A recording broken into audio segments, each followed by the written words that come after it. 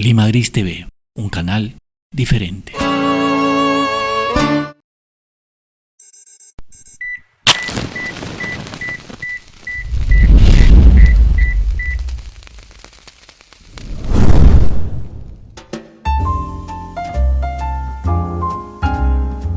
Buenas noches, ¿qué tal? ¿Cómo están? Espero que se encuentren bien. Ha sido una semana agitada, complicada.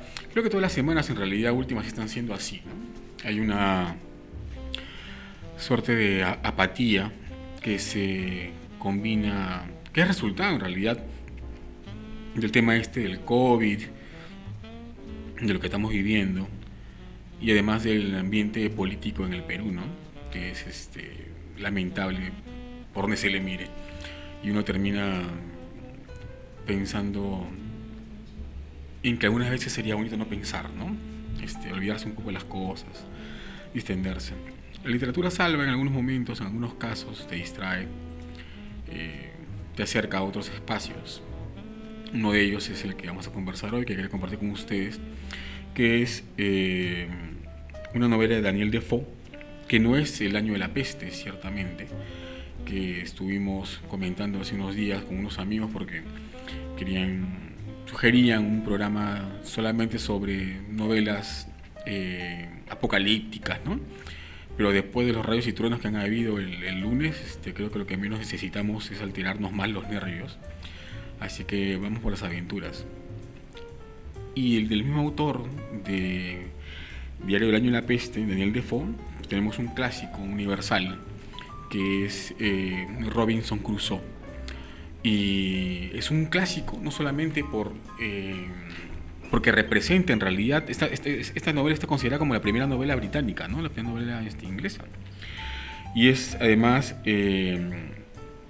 después de haber sido publicada en 1719, provocó un revuelo inmenso, porque la aventura de Robinson no es solamente la de un chico que decide desafiar a su padre, es un burgués, y largarse del seno familiar para aventurarse en un barco que finalmente lo va a llevar al Brasil en una ruta llena de aventuras, ¿no? Sino que además es la transformación del hombre por la naturaleza, ¿no? Robinson llega al Brasil, se instala luego de haber estado en el África y conoce pues de las penurias, de lo que le significa viajar en alta mar, convivir con otras personas, con personas de otras razas además. Y en el África, en Brasil, él descubre que tiene la oportunidad de poder hacer algún negocio con negros, con tráfico de personas africanas, negros. Así que se va al África y en su retorno al barco pues encalla, ¿no? Termina perdido en una isla. Aquí es en realidad donde comienza la verdadera historia de Robinson Crusoe, porque lo anterior, si bien es una aventura impactante, que puede ser analizada desde diferentes ópticas, la aventura real comienza cuando Robinson llega en esta isla en la que se queda 28 años y tiene que adaptarse a un nuevo contexto. Es la lucha del hombre por conquistar la naturaleza. Es que Robinson tiene que aplicar todo lo que ha aprendido en sus viajes, en su infancia, lo que ha escuchado de cómo se hace, cómo se cultiva, cómo se domestican animales, cómo construye una choza, una cabaña, cómo se protege de la insolación, cómo se protege de las lluvias, cómo hace para conseguir agua dulce, cómo hace para alimentarse, ¿no? Cómo hace para sobrevivir, cómo hace para darle la importancia y el valor al tiempo que dedica a trabajar y al tiempo que dedica al ocio, que consiste básicamente en mirar el horizonte y mirar el sunset, ¿no? La novela de Robinson Crusoe ha sido estudiada por gente de la talla, intelectuales de la talla de Henry James, por ejemplo, ¿no? Carlos Marx también la ha estudiado.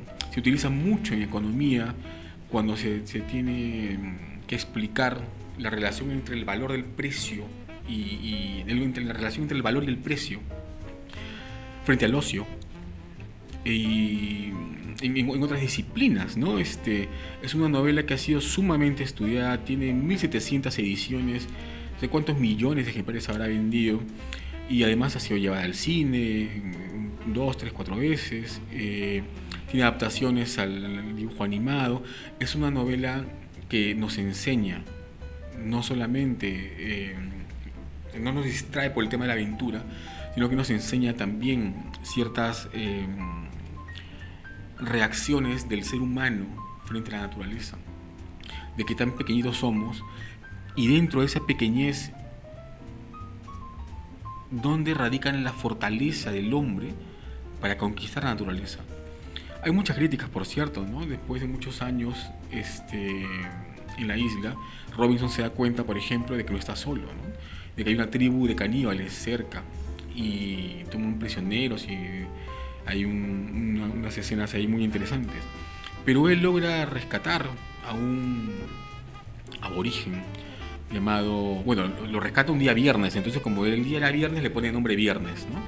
Y se convierte en su amigo, ¿no? Pero en realidad hay toda una alegoría respecto de la colonización en esta novela, porque además uno de los requisitos para que Robinson salvara a Viernes y a su familia era que se conviertan al cristianismo. ¿Por qué? Porque Robinson había encontrado la paz durante todos esos años, luego de descubrir que había una Biblia dentro del barco que finalmente desaparece y que logra rescatar, ¿no? Y que empieza a leer como único texto y que empieza a tratar de entender. No es una novela católica ni cristiana, por cierto, pero sí permite ese tipo de relaciones del encuentro espiritual entre el hombre y Dios, ¿no? El Dios católico, o la palabra santa de la Biblia, ¿no? Y así, entonces hay muchas cosas ahí interesantes. Es una novela que se lee rapidísimo para sus 700 páginas, la lees en 4 días, ¿no? Tranquilamente, 5 días, porque las aventuras además son cortas, los capítulos son cortos, y las aventuras son muy, muy dinámicas, las soluciones son bastante buenas, y finalmente uno quiere saber cuál es el destino final de Robinson Crusoe, ¿no? Porque claro, Robinson tiene una suerte de redención hacia el final de la novela, pero ¿es justa esa redención? Robinson regresa a su tierra, ¿no? Después de muchísimos años que lo rescatan, y obviamente cuando él regresa, pues ya su ciudad no es lo que él dejó. Es más, sus padres ya están muertos, no tiene más familia, es un hombre solo. ¿Qué hace entonces Robinson Crusoe? ¿Qué decisión va a tomar respecto de su futuro en una tierra que ya no es su tierra? Porque su tierra es la otra, la que ha conquistado a punta de sembrar, de domesticar, de volverse sedentario, ¿no?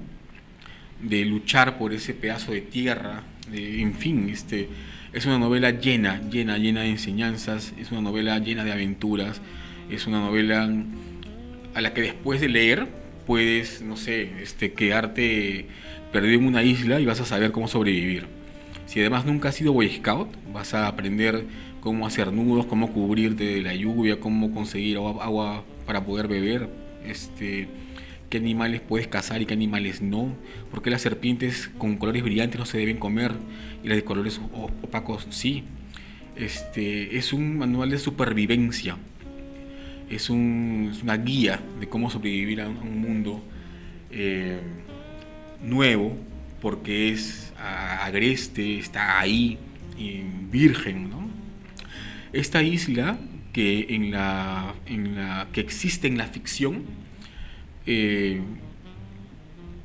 condujo a que muchísimos años después, si buscan en su mapa de Sudamérica, encontrarán una isla que se llama la isla de Robinson Crusoe, con ese nombre, porque supuestamente está inspirado en hechos reales, ¿no? Es una de las leyendas que rondan, una de las muchas leyendas que rondan alrededor de esta estupenda y gigante y enorme novela, que es una novela para todas las edades, no es una novela solamente para chicos, ¿no? Es una novela para todas las edades. Es una novela que uno disfruta mucho, en la que uno aprende, se divierte, conoce y cuestiona y analiza y descubre también ciertas cosas, ¿no? Hay algo muy interesante con este tipo de historias, es que si bien es cierto que la literatura te abre un panorama y todo eso que ya conocemos, como el discurso de los beneficios de leer, hay algo ahí entre líneas que también es muy importante, ¿no?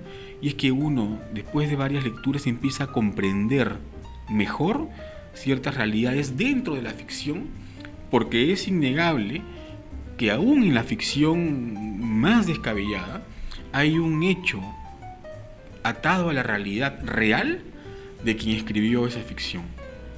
Y Robinson Crusoe es deliciosamente ejemplar para eso, ¿no? Entonces, la novela que quería compartir con ustedes hoy es Robinson Crusoe, que además su título original no era así, el título original era así. Es La vida e increíbles aventuras de Robinson Crusoe, de York, marinero, quien vivió 28 años completamente solo en una isla deshabitada en las costas de América, cerca de la desembocadura del gran río Orinoco, habiendo sido arrastrado a las orillas de un naufragio en el cual todos los hombres murieron menos él, con una explicación de cómo al final fue insólitamente liberado por piratas y escrito por él mismo. Este es el título original de esa joya que es Robinson Crusoe. Así que los invito a descubrirla y volvemos después de la pausa.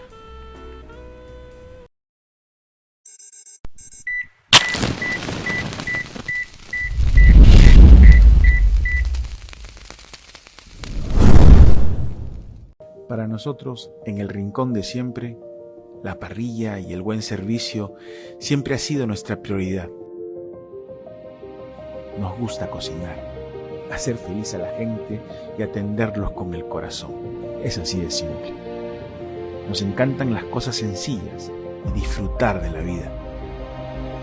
Y eso es lo que deseamos servirles sobre la mesa. Un trocito de nuestra felicidad en cada plato. Nos ha tocado vivir a todos momentos muy difíciles, pero en la vida, como en la cocina, hay que ser valientes. Y eso a veces es mirar de dónde vienes y no tanto a dónde vas. Recuerden que siempre serán bienvenidos a este rincón, donde podrás compartir, reírte y celebrar con las personas que más quieres. Siempre serán bienvenidos en el rincón de siempre.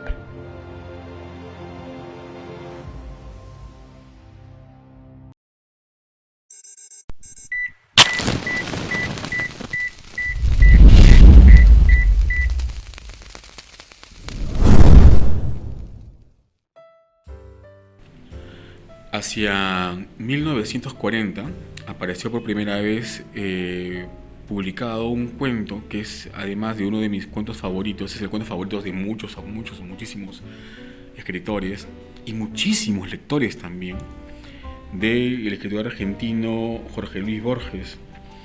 Este cuento, que fue publicado, como les comentaba, en el 1940 y luego por segunda vez en 1941, cuando se incluyó en el libro El jardín de los senderos que se bifurcan, y que después formó parte del libro Ficciones, un clásico que seguro todos hemos leído alguna vez en esa edición verde salvaje que tenían nuestros viejos en el velador.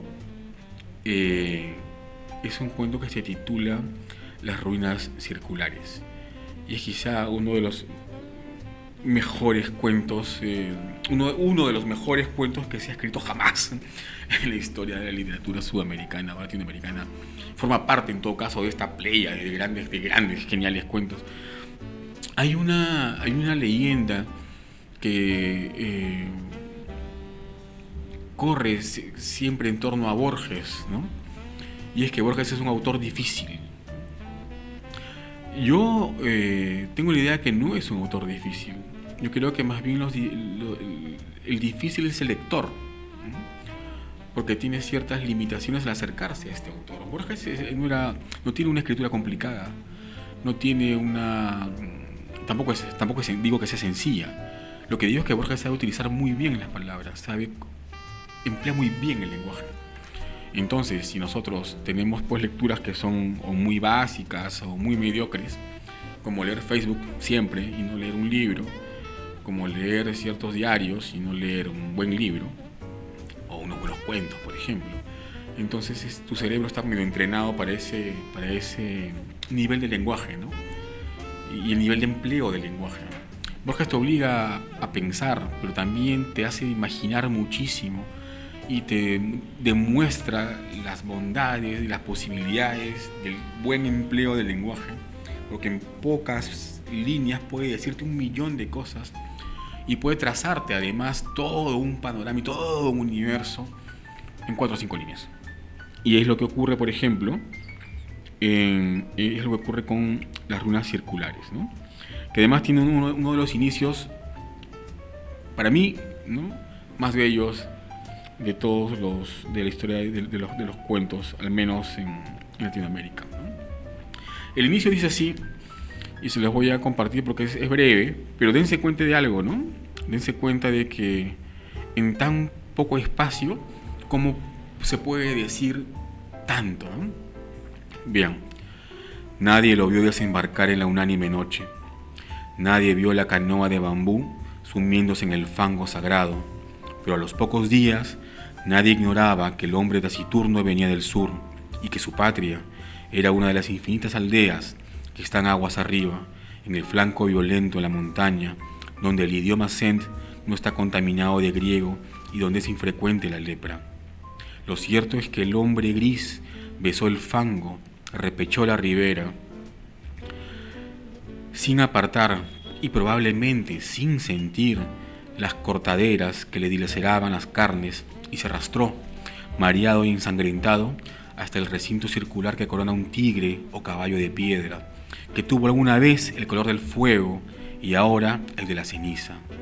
Ese redondel es un templo que devoraron los incendios antiguos, que la selva palúdica ha profanado y cuyo Dios no recibe honor de los hombres. El forastero se tendió bajo el pedestal, lo despertó el sol alto. Comprobó sin asombro que las heridas habían cicatrizado. Cerró los ojos pálidos y durmió, no por flaqueza de la carne, sino por la determinación de la voluntad. Sabía que ese templo era el lugar que requería su invencible propósito. Sabía que los árboles incesantes no habían logrado estrangular río abajo las ruinas de otro templo propicio, también de dioses incendiados y muertos. Sabía que su inmediata obligación era el sueño. Hacia la medianoche lo despertó un grito inconsolable de un pájaro. Rastros de pies descalzos, unos higos y un cántaro le advirtieron que los hombres de la región habían espiado con respeto su sueño y solicitaban su amparo o temían su magia. Sintió el frío del miedo y buscó en la muralla dilapidada un nicho sepulcral y se tapó con hojas desconocidas. Ese es el primer párrafo de este cuento. Un primer párrafo donde te ubica en un universo geográfico, mitológico, místico, espiritual, de dioses muertos, de dioses olvidados, de símbolos que fueron fuego y ahora son ceniza, de un hombre que llega, ¿no?, desde las alturas a buscar algo. ¿A buscar qué? Y aquí viene entonces la gran magia de Borges, ¿no? La gran intelectualidad de Borges, el gran genio de Borges. Borges filosofa a través de este personaje, de este hombre, una idea que está muy arraigada en el pensamiento místico, ¿no? El hombre va al centro de estas ruinas, va a soñar, va a dormirse para poder soñar. Pero ¿qué va a soñar este hombre? Este hombre va a soñar a otro hombre. Este hombre está convencido de que por la fuerza del deseo, del misticismo, de la voluntad, él puede, a partir del pensamiento y en el sueño, empezar a crear a un hombre de la nada. Entonces empieza en esta suerte de ritual, ¿no? Y de pronto empiezan a aparecer las primeras gotas de sangre. Se empiezan a crear las primeras arterias, las primeras venas,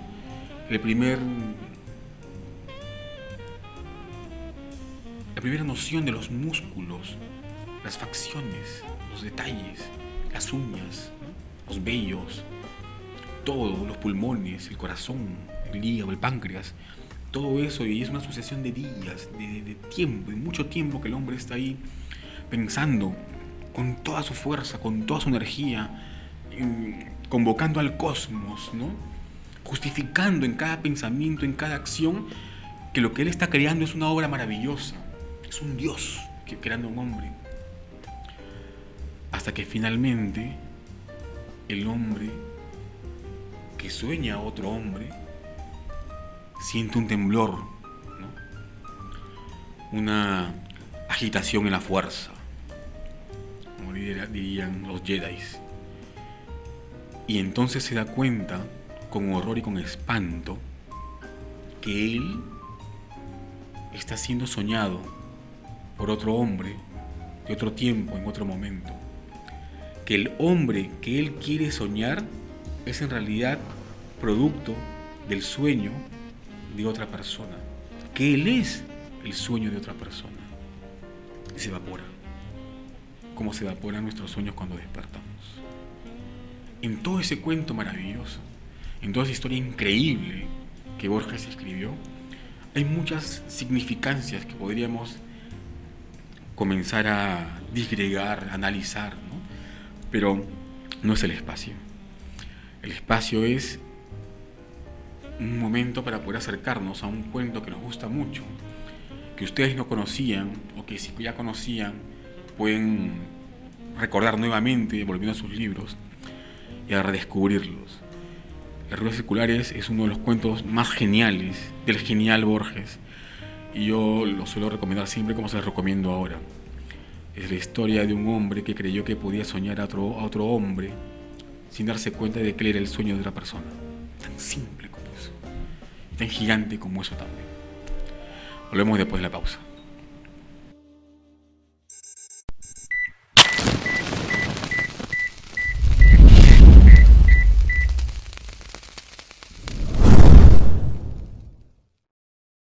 Para nosotros, en el rincón de siempre, la parrilla y el buen servicio siempre ha sido nuestra prioridad. Nos gusta cocinar, hacer feliz a la gente y atenderlos con el corazón. Es así de simple. Nos encantan las cosas sencillas y disfrutar de la vida. Y eso es lo que deseamos servirles sobre la mesa. Un trocito de nuestra felicidad en cada plato. Nos ha tocado vivir a todos momentos muy difíciles, pero en la vida, como en la cocina, hay que ser valientes. Y eso a veces es mirar de dónde vienes y no tanto a dónde vas. Recuerden que siempre serán bienvenidos a este rincón, donde podrás compartir, reírte y celebrar con las personas que más quieres. Siempre serán bienvenidos en el rincón de siempre.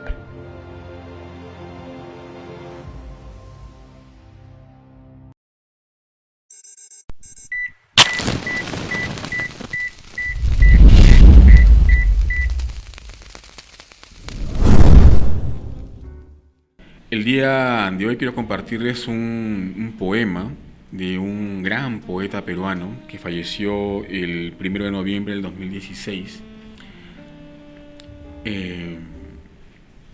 y cuya vida además estuvo muy marcada en torno a la poesía, estuvo también alimentada por muchos otros elementos. El periodismo, la narrativa, la gastronomía e incluso la astrología. Y me refiero a Rodolfo Nostroza Clausen, gran poeta peruano, autor de un libro clásico, Consejero del Lobo, que él ya forma parte de los poetas referenciales de la literatura peruana, con derecho propio, por cierto. Su obra es muy rica, es muy potente y es vasta. Tiene un cuento que se llama El Benefactor, un cuentazo, que en algún momento lo compartiremos acá, pero hoy nos vamos a centrar en su poesía. Tiene poemas dedicados a todos los espacios que pueden imaginarse. Rodolfo era un hombre muy culto, era un poeta muy leído, muy culto, y podías conversar con él tranquilamente, no sé, de cómo se prepara el mejor seco con frijoles, hasta una explicación sobre el horario en que habías nacido según tu carta astral. Era así, ¿no? Y era justamente por eso tan interesante. Yo recuerdo que una vez, cuando vino de visita el escritor mexicano Alberto Chimal, lo primero que me dijo fue: vamos a la FIL para conocer a Nostroza, quiero conocer a ese señor. Nos fuimos a conocerlo. Yo ya lo conocía hace algunos años, porque él era muy amigo de Carlos Calderón Fajardo, que falleció también hace unos años. Y en Año Nuevo normalmente nos invitaban pues a la fiesta de Año Nuevo, ¿no? Y caíamos ahí con algunos amigos escritores y poetas y en unas fiestas inolvidables, ¿no? Con conversas inolvidables, ¿no? Obviamente, en la terraza de la casa de Calderón Fajardo, ahí en Punta Negra, y comilonas interminables también, ¿no?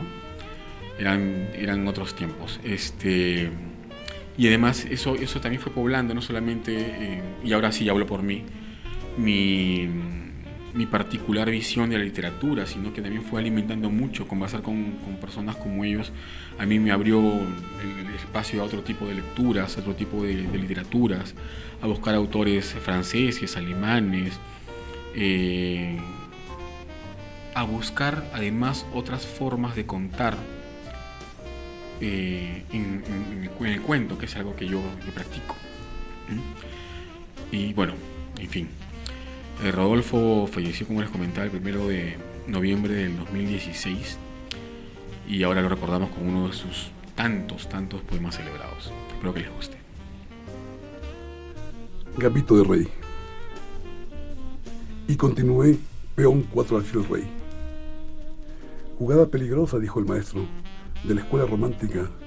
Andersen sale así en la Inmortal. Cuide usted 4 torres y tal vez haga tablas. Y salieron mis escuadras imprecisas, transparente medio sueño bajo el canto del pájaro campana y el árbol que todo lo sabe, desplegando sentencias tan románicas. Peón por peón aceptó el negro, y yo, caballo 3 alfil rey. Y por entonces la realidad era una impetuosa fantasmagoría. Cierto impulso en la materia del ánima humana la conduce a negar el pasado. Insistí otra vez. ¿Cómo voy a seguir? ¿Qué decir de la historia si es licencia poética decir que se repite, que el incesante error de los vencidos se repite, que el poder del imperio se repite? Algo hay, yo te diré, que te conduce a afirmar el pasado y a repetir un acto equivocado para sentir que existes, porque eres desdichado, por ejemplo. Y es inútil el acto, pero no obstante obligado de repetir, pudiera ser que en el siguiente ciclo se abran las puertas de la justicia o de la paz. Esa repetición spengleriana, espanto lúdico perdido en sus orígenes. Gigantesca esfera de leyes implacables, nunca nadie jugó 2 partidas iguales. Así, creer en la repetición histórica es pura necedad. Mira bien, ahora el negro llevará el alfil a 2 damas, y esa es defensa Cunningham, de largas consecuencias. Supuse que volviendo, agradaría a todos si es que hablaba de amor y alegría, aunque malditas las ganas que me quedaban. Pero aquí huyen del melancólico como del apestado en el siglo XIV, y todo se ha perdido, aunque haya bautizado este regreso con un sonoro nombre griego, Nostos. Extraño en Ecbatana, como dice Macleish.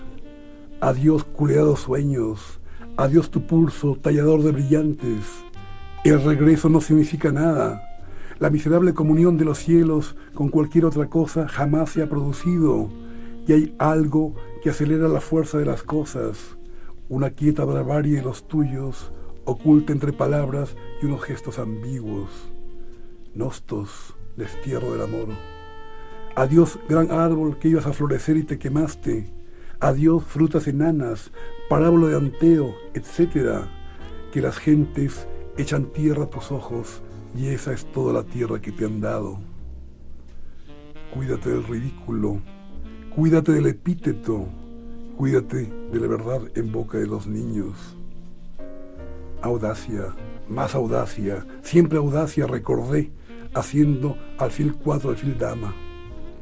El maestro insistió, 4 torre está desamparada. Y se siguieron una serie de golpes. Su alfil 5 torre jaque, mi caballo por alfil y el suyo dama por caballo y nuevamente jaque. Así llegó la hora de velar al gran amor. Los manjares del banquete nupcial sirvieron para el banquete de difuntos. Hamlet, acto primero, viceversa, y grité, ¿Quién ha muerto? En esta casa no se muere nadie. Es la casa del amor, del olvido, de la reconciliación. Eso dije, y los pájaros picotearon mis riñones, y creo que el pórtico de una casa en mi espíritu se derrumbó, crujiendo como el hueso de un ave. El maestro salmodiaba en un tablero lejano. Hablemos de dialéctica viviente o alquimia del espíritu, como se llamaba hace 8 siglos. Una fuerza que se opone a otra fuerza actúa sobre la contradicción del enemigo. Enroque usted, consolídese, conózcase a sí mismo, no juegue ningún rol. Sea usted todas las piezas del tablero, sienta la amputación de un miembro cuando cae un peón. Un yo compacto, un yo visible, si no revierte sobre la propia historia, es un poder desperdiciado, una pura metáfora hedonista. Observe usted la armonía de la defensa india del rey. Pero quieren decirme de qué juego me hablan. Los últimos cisnes cantaron con horribles aullidos de castrati. Una mano indecisa sacrificó el peón en 3 caballos y peón por peón la rápida respuesta, dama 2 rey, y el negro siguió peón 7 caballos, jaque descubierto. Y todo fue arriesgado, y todo fue perdido. Así ellos, los audaces, sobre un punto de una esfera bruñida, quisieron encender lo que se dice el fuego incorruptible. Pero no hubo movimientos alados, ni ayuda, ni piedad. Oh descomedidos campesinos, las brutales manadas de los satisfechos que imaginan tomar parte en el banquete. Mala peste al país que abandona a sus héroes, que caen como una estampa bíblica con la sal en el rostro. Y un hombre se apoya contra un árbol, disponiéndose a acabar su vida con dignidad. Escucha, Kökel, 550, entre el murmullo de las ametralladoras. El minué se enfrenta al infinito, sabiendo de antemano que será derrotado. Y así fue el canto de la revolución, amor, amor. Así pues devoraron bellotas, haciendo lo que se llama el recuento de muertos. Y siguió mi fatal rey 1 dama, y el peón por torre coronando abrió la persecución implacable.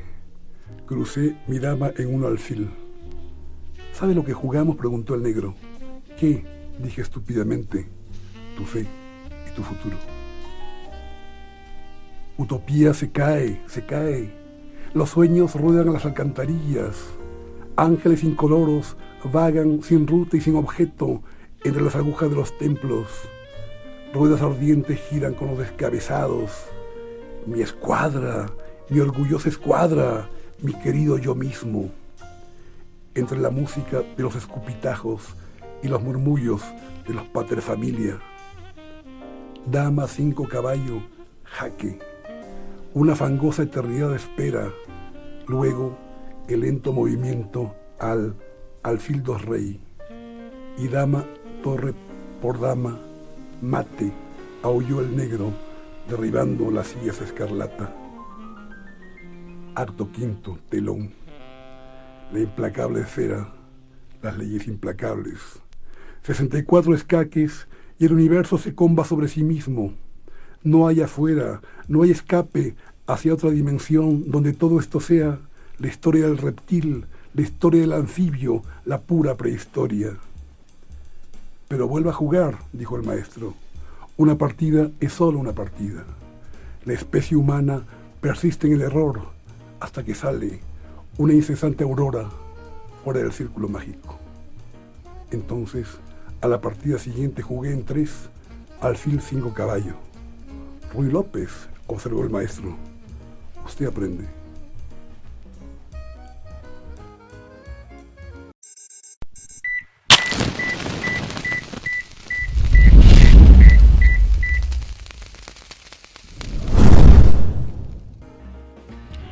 Bueno, ese fue el gran poeta peruano Rodolfo Nostroza Clausen. No sé qué más podría contarles de él, porque tendrían que ponerse a buscar en realidad sus textos. Tiene en Sex Barral le publicaron, si mal no recuerdo, sus cuentos completos. Revisen, ¿no? Ese cuento que les comentaba El Benefactor, que es un cuentazo, una historia de un hombre que un día, no recuerdo bien si el hombre quería escribir o no, ¿ya? La cosa es que era un escritor muy mediocre, pero de pronto un día llega un sobre a su casa, que era el sobre que le enviaba el benefactor, un tipo que no se sabe cómo se llama ni nada, y era una novela. Y este autor mediocre envía la novela a un concurso en Francia y gana, es famosísimo. Y luego el benefactor le envía otra novela, y otra novela, y otra novela, y otra novela. El tipo empieza a presentar las novelas y son un éxito, se convierten en bestsellers internacionales, gana un montón de dinero, hace súper famoso, hacen películas de cine. Y cuando la gente le pide más historias, simplemente el benefactor desaparece. Y la vida del hombre también, porque era un escritor mediocre, malísimo, como tantos escritores malísimos, y que había sabido aprovechar bien esta ayuda de este benefactor, ¿no? Del que además nunca sabe quién es, ¿no? Y en ese eje es que gira la trama. Es un cuentazo, de verdad. No estoy muy seguro, pero creo que ganó el premio Juan Rulfo, cuando todavía existía el premio Juan Rulfo. Creo que el último premio Juan Rulfo lo ganó Ribeiro. Después de eso creo que ese premio desapareció o cambió de nombre, no me acuerdo muy bien, pero ahí están los datos. Y bueno, para despedirme quisiera invitarlos nuevamente a que nos sigan en la página web www.circulodelectores.pe y que nos sigan en nuestras redes sociales. En Instagram estamos como circulodelectores.pe y en el Facebook como Círculo de Lectores Perú. Estamos empezando un nuevo taller de escritura creativa, un taller de cuento, y pronto el nuevo taller de historia del rock peruano a cargo de Fernando Pinzas. Así que dense una vuelta por la web, vean qué tenemos por ahí, y si se animan, también tenemos nuestros clubes de lectura, los sábados de 5 a 6 y media y los domingos de 4 a 5 de la tarde. Es para los adultos, sábado y domingos. Y para los más chicos de la casa, de 9 a 14 años, los sábados de 10 y media a 11 y cuarto de la mañana. Así que no tienen excusa para no leer. Y además las clases, no son clases, en realidad son sesiones súper divertidas. Los clubes de lectura no solamente sirven, y eso me he dado cuenta con los años, como un espacio para poder compartir, obviamente, las lecturas que nos tocan compartir en ese momento, sino que se vuelve una suerte de terapia grupal, ¿no? Todo el mundo empieza a conversar sus cosas, donde se establecen y se desarrollan y luego se consolidan amistades. Se forman grupos muy bonitos y nos une algo que nos gusta, que es la lectura, ¿no? Y por ahí compartimos algunas otras cosas. Antes de la pandemia, por ejemplo, solíamos celebrar nuestros aniversarios con una torta de chocolate inmensa. Ahora lo hacemos con unos brownies virtuales, pero espero que ya con las vacunas y todo esto la cosa vaya cambiando. Y espero además que volvamos de cierta manera a recuperar algo de aquella normalidad que se ha perdido. Bueno, para eso, para enfrentarnos al futuro apocalíptico, pueden leer a Robinson Crusoe, pueden leer además el poema del ajedrez de Nostroza y obviamente el cuento de Borges. Tienen ahí un material suficiente para poder comenzar ahí en una buena semana. Nos vemos.